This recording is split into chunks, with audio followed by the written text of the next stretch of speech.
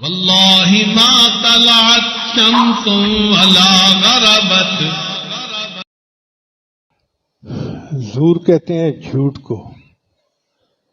جو کام بندے نے اپنی آنکھ سے نہیں دیکھا، کان سے نہیں سنا، خود سنی سنائی بات کو آگے نقل کر دینا، یہ جھوٹ میں شامل ہوتا ہے. اور آج کل یہ بیماری بہت عام ہو گئی ہے. کہیں سے کوئی بات سنی، کرنی شروع کر دی. جب ہم کر رہے ہوتے ہیں تو ہم اس پہ اپنی گواہی دے رہے ہوتے ہیں. اب قیامت کے دن اللہ نے جگہ ہم سے پوچھا کہ بتاؤ تم نے زبان سے یوں کیوں کہا تھا، کس کو جواب دیں گے؟ اپنی عاقبت خراب کرنے والی بات ہے. تو اس بارے میں سالکین کو بہت زیادہ احتیاط کرنے کی ضرورت ہے.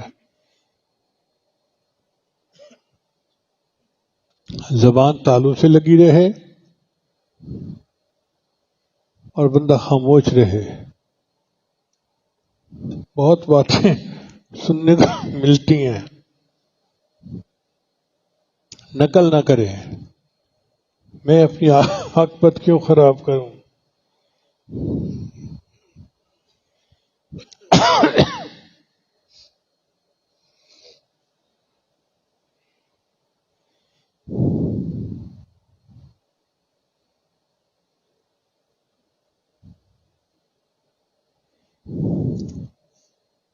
قیامت کے دن جب انبیاء بھی تھراتے ہوں گے، اس وقت اللہ پوچھیں گے بتا تو نے فلاں کو چور کیوں کہا تھا؟ بتاؤ پھر کیا حشر ہوگا ہمارا؟ ہم ثابت کر سکیں گے کہ فلاں چور تھا؟ نہیں ثابت کر سکیں گے تو پکڑے جائیں گے. اس لیے اس معاملے میں بہت احتیاط کی ضرورت ہے. سنی سنائی باتوں کو نقل کرنا اور زبان سے نکال دینا یہ اچھا نہیں ہے. نبی اسلام نے ارشاد فرمایا زبان کے بارے میں، جرمہ صغیر و جرمہ کبیر. زبان کی جسامت چھوٹی ہے مگر اس سے ہونے والا گناہ بڑا موٹا ہوتا ہے. ایک حدیث پاک میں نبی اسلام نے ارشاد فرمایا جو شخص مجھے اپنے 2 اعضاء کے صحیح استعمال کی ضمانت دے دے، میں اس کو جنت کے وسط میں گھر ملنے کی ضمانت دیتا ہوں. ایک جو 2 جبڑوں کے درمیان ہے زبان، اور دوسری جو رانوں کے درمیان ہے شرمگاہ. یعنی زبان اور شرمگاہ کے صحیح استعمال پر جنت ملنے کا وعدہ ہے.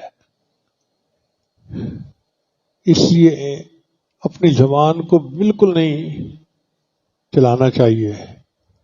سیدنا صدیق کے غلام اپنی زبان کو پکڑتے تھے اور کھینچتے تھے اور فرماتے تھے کہ تیری وجہ سے لوگ جہنم میں زیادہ جائیں گے.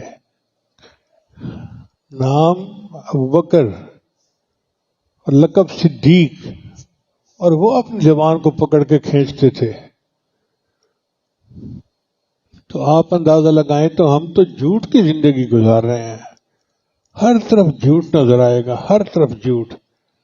کیا سیاست، کیا عدالتیں، کیا سرکاری محکمے، جہاں دیکھو جھوٹ جھوٹ عام ہو گیا ہے جھوٹ. اس لیے ہمیں اپنے آپ کو جھوٹ سے محفوظ رکھنے کی ضرورت ہے. اسی طرح اگر کوئی بندہ بیمار نہیں ہے اور ڈاکٹر اس کو